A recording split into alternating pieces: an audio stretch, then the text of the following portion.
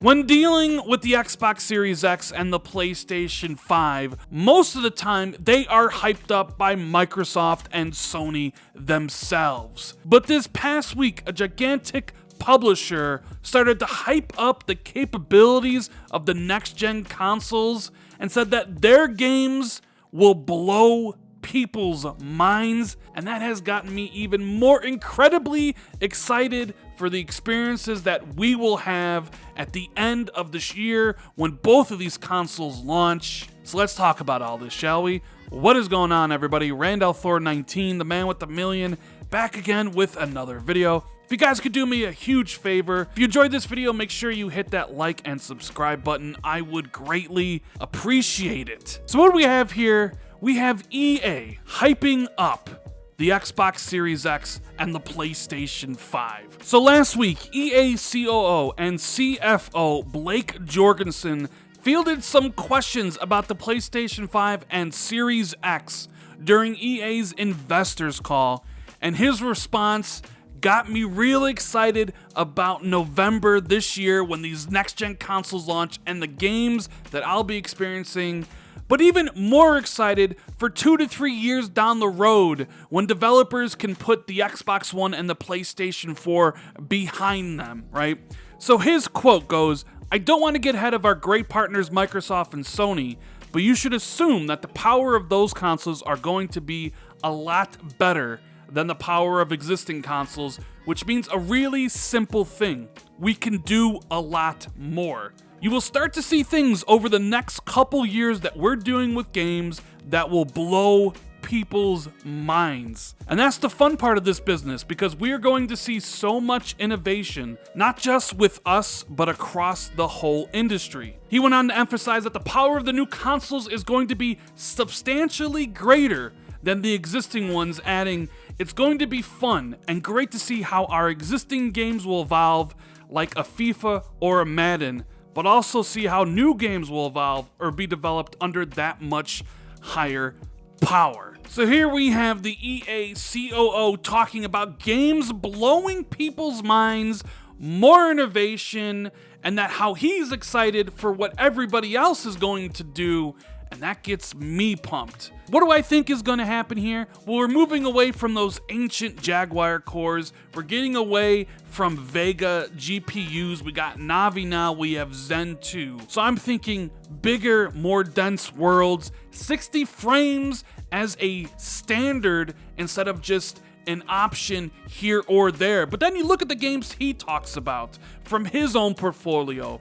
FIFA, Madden, I can see those games being more lifelike, more animations, more smooth animations to make it seem like it's actually real instead of a video game, right? But then you look at the other games they make, Star Wars, Battlefield, the visual fidelity jump that we're going to be going from Xbox One to Xbox Series X, the power that they can build, but more importantly, or maybe just as important, the standard SSDs that are going to be on the PlayStation 5 and Series X.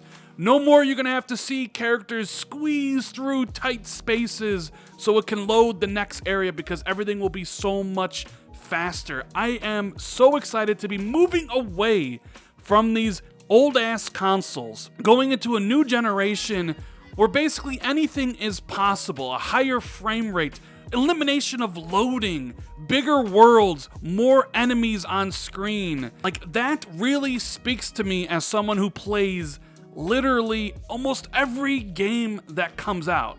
Now, of course, just because Madden or FIFA is going to look better, play better, run better, have better animations, doesn't necessarily mean I'm going to want to play that, because I don't really play sports games. But you know what? If it does jump to the next level, if Madden and FIFA take that next leap, I might be more inclined to check it out just to see how crazy these games are going to look on 4K HDR television sets. Personally, I have an LG OLED, and games that actually utilize the full potential of Xbox One X looks ridiculous on that TV. And honestly, thinking about these games being made to the specs of PlayStation 5 and Series X and utilizing everything those systems have to offer, I'm starting to drool just imagining what those games will look like on my TV. I am so incredibly excited about next generation, and it looks like EA is excited as well. And I'm sitting here talking about all these cool things the Series X and the PlayStation 5 are gonna do, and I haven't even mentioned ray tracing once. That's right, both these consoles are going to have ray tracing, and you know what? We don't even know how it's implemented. We don't even know if it's going to work across every game or if it's something you need to toggle on or off. We don't even know if you have it on, if it'll have a performance hit to the games.